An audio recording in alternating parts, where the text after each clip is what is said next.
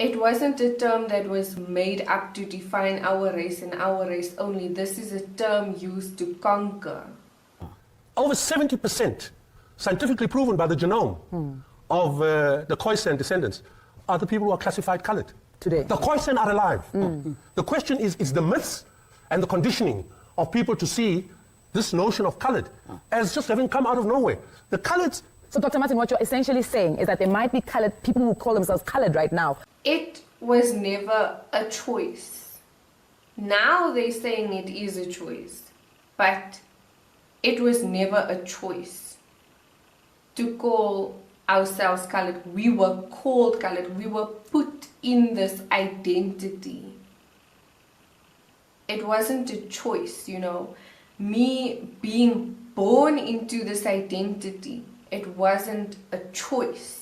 When people call themselves colored, don't take that as, oh, they want to be classic. No, we were put here. We were put here and we were kept here. People who call themselves colored right now that have some bloodline of being Khoisan. Absolutely, not they some. Don't know. Not some. The overwhelming majority are descendants of the Khoisan. Oh, and they don't know. They don't know. Oh, and some of us we know, but here we are still in this colored identity. Look at the nature of the system and the structure of education we've had that has been enduring since colonization. The Traditional and Khoisan Leadership Bill was processed by the Portfolio Committee of Cooperative Governance and Traditional Affairs. Prior to this bill, there has never been statutory recognition of the indigenous people of South Africa, the Khoisan. However, not all members of the Khoisan community are satisfied. They say they weren't properly consulted and have accused government of not giving them enough recognition. Our main objective is to have a place in the sun. Yes, the ANC is governing this country, but we want our rightful place in the sun as indigenous peoples of this country. And this bill is not doing justice to our community at large. This bill wants to know, who are you? Who are you? And it wants to define you and it wants to define your role. But looking at our culture, it doesn't enhance our culture. They also don't want to be included in the same bill as other traditional leaders.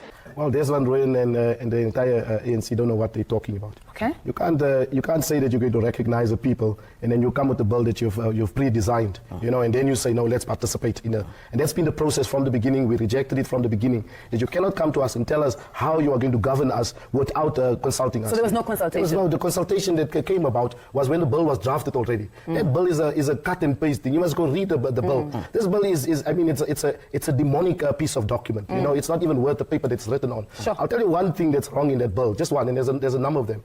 This bill wants the Khoisan people to submit to the premier of a province, but the so-called Nguni Bantu people must submit to the president. I mean, are you crazy in your mind, you know? You can't have those... So Drenas is what, you put provincially and not nationally? Absolutely, but besides that, you can't come and prescribe to an Aboriginal people, you know, how they govern themselves.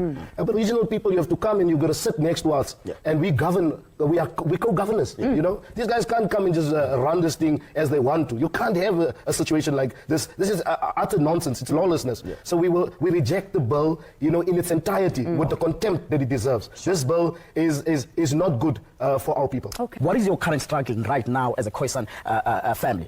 The first one is that we continue we are paraded as colours. And because we are colours, we are left behind. And this is the notion that's going on here.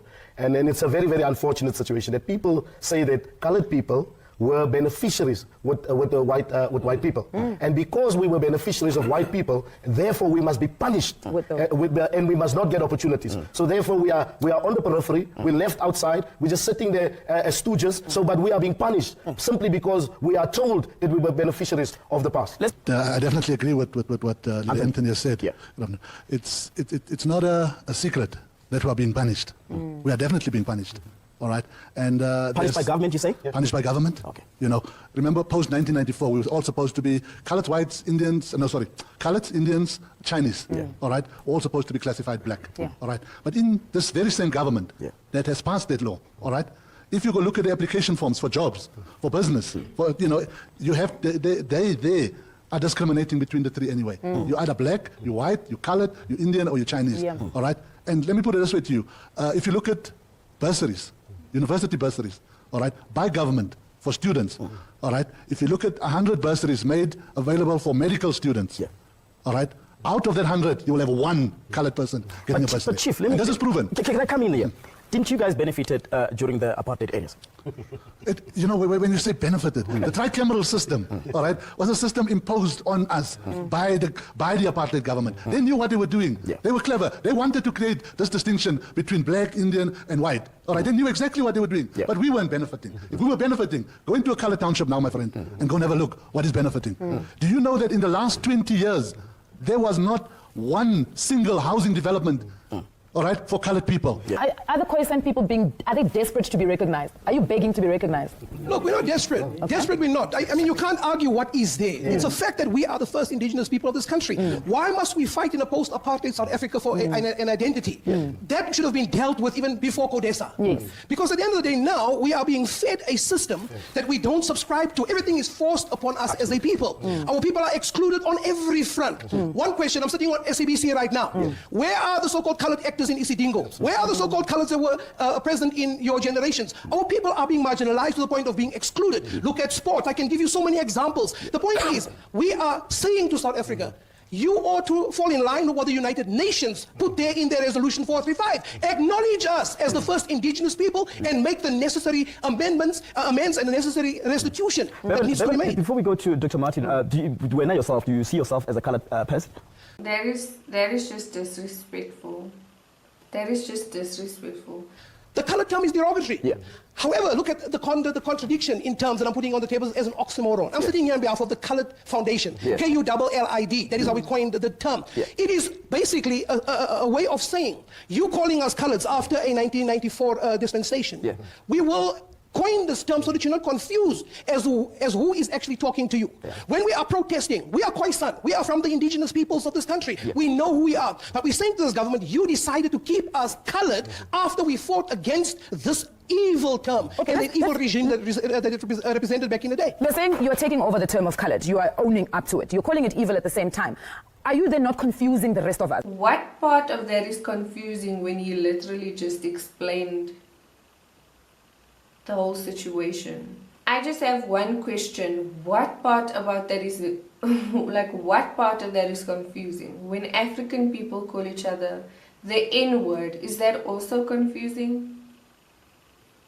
Because that is also a derogatory term. Because we are sitting and saying, okay, what do we call you? Since you are not black, since you are not white. The color term is derogatory. What would you then want to be identified as? I don't know, maybe call us what we are. You know, I don't know. Here's an honest question, and you can answer this in the comments. What do you call a group of people that are descendants of the Aboriginal people of a specific place, and that place being Southern Africa? I don't know. What does one call that? I don't know, but I'll give you a hint though. It's not colored. What do we call you? You see, it's the same question that you need to pose to yourself. Yes.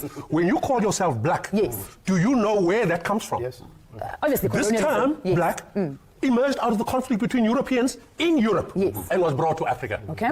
You know the term one drop of black blood makes you black? Makes you black. Everybody's black. That's spread across Africa. Okay. You know, but it is not from Africa. You know. But what do we call now it? Let's come back to the issue of colored. Yes. The term colored is a functional ideological term to sever, to remove, identity, to disempower, structurally and culturally. Yes. Now, if that term could be applied to black people, they would say, no, we are black. You see that what was just said. If someone told someone who identifies as black, you are colored, they would say no, they are not colored, because of most likely in South Africa their Bantu and Nguni descent. So here we are, the descendants of the Aboriginals, saying we are not colored because of our native San descent. They would say, no, we are black. But that term comes from Europe. Yes. Likewise with the term colored. Yes. And that is why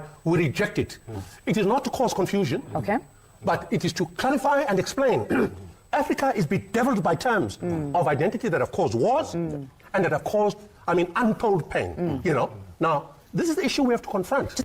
I'm so fired up. Now, the other day, Julius MMA made a very important statement, and which seems that it's just been blown away, which he has said it so many times that this land belongs to the Khoisan. Now, the discussions around this land issue is over the heads, as if we as a nation don't exist. They are talking about land issues, and they have summits about land issues, but we are not inclusive. I just got one thing to say. This is going to lead to problems. What problems? It's going to lead to big problems. Like? Very, very, very, very, very big problems. Like fighting? Revolutionary problems. Yes. So and the Khoisan's not going to sit back and look as if they don't exist. We're not. We are at that point now. Be specific to me. Are you saying specific? We will take up our bows and our arrows. Nice. That's what we'll do. Yes, we'll take out our bow and our arrows, and we will fight for our land. This is our land. We cannot be separated from the land. You cannot separate the first indigenous people, the aboriginals. You cannot separate us from the land because we are the land. And the land. Tell us about the land that Khoisan Airport has been built on. Yeah, you see, before we go there, let's talk about the Constitution, in particular Section 25, subsection 7, because that's the devil in the room, right? This particular piece of legislation is where it all went wrong.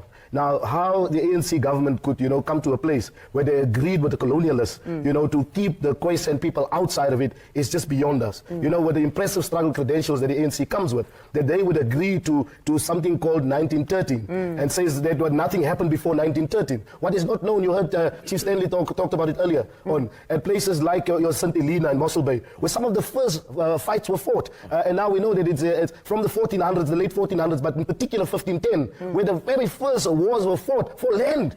And then you come and you tell us that we are keeping you outside land that was lost before 1913. You have got no claim to it. It doesn't make sense, It's a very clear, orchestrated design plan to keep the Khoi and the San people outside. And the ANC government, including Nelson Mandela, is complicit in the fraud that is currently happening in what is called South Africa. Why we don't see anything named after Khoisan? It is orchestrated. It is a communication out of the world that the people of the Khoisan and their descendants were not part of the struggle. We have so many struggle heroes that are being excluded out of core events in our struggle. Nothing is being named after our people, clearly to show that colored people per se was never part of the struggle.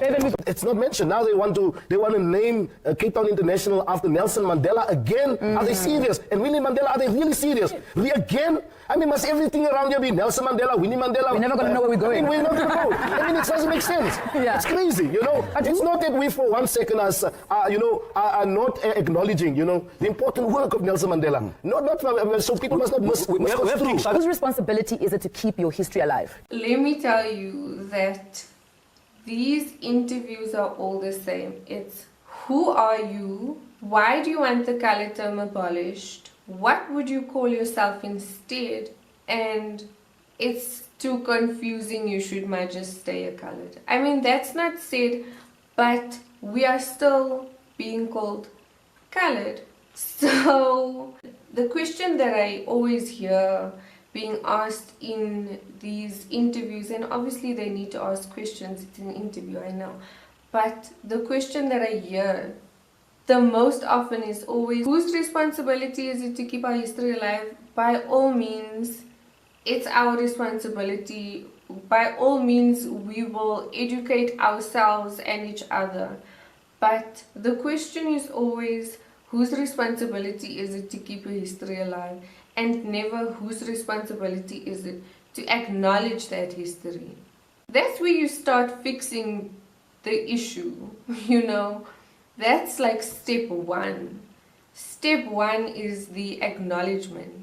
It's our responsibility at the end of the day. But I'll tell you what's happening, and you keep on hearing that. There's a very clear program to exclude us and to keep us, us ignorant. And that's why the majority of the so-called colored people out there are sitting under this false identity and this false concept and this false notions. And it's for as long as they can keep us outside there and keep our history out of the history books. Our people don't know who they are. So it's our responsibility. That's why we are sitting here. All these activists around here are sitting. We are equally. It doesn't matter whether they call themselves by name, colored or whatever. We are the collective. Leadership of this community is our responsibility, and we're taking it. Yes. So Bevan earlier on spoke about, where they give you the racial classification. They will say black, white, colored. Are you guys still feeling that you have to mark under colored, or do you mark under black? Which one? Because obviously you're not being accommodated. Okay, I'm one of the people that I do not mark under coloured. Okay. I mark under other because Okay. I am other. I do not want to be classified as a coloured person. Before 1950, there was no such a thing as a coloured. Before then, we were either Khoisan, we were Nama, we were all different kind of races, and so for me, I would rather want to be called a Bushman. Call me a Bushman, call me Nama, call me Khoi, or call me San, but do not call me coloured. In terms of the government recognizing us in the media means nothing, my friend. When you recognize me as the first Aboriginal nation of this country. Now, when you talk recognition, you talk land. But what is the fear of recognition without land means nothing. All right? This land, and as the lady said, call me a bush, look me a bushman. People used to think that I will never get upset if you call me a bushman, but don't call me a coloured. So this bush, this land, all right, you cannot reclassify me Khoisan now and not talk about land to me first. I think government needs to realize that the Khoisan people are rising now. This is the start of the uprising of the Khoisan people.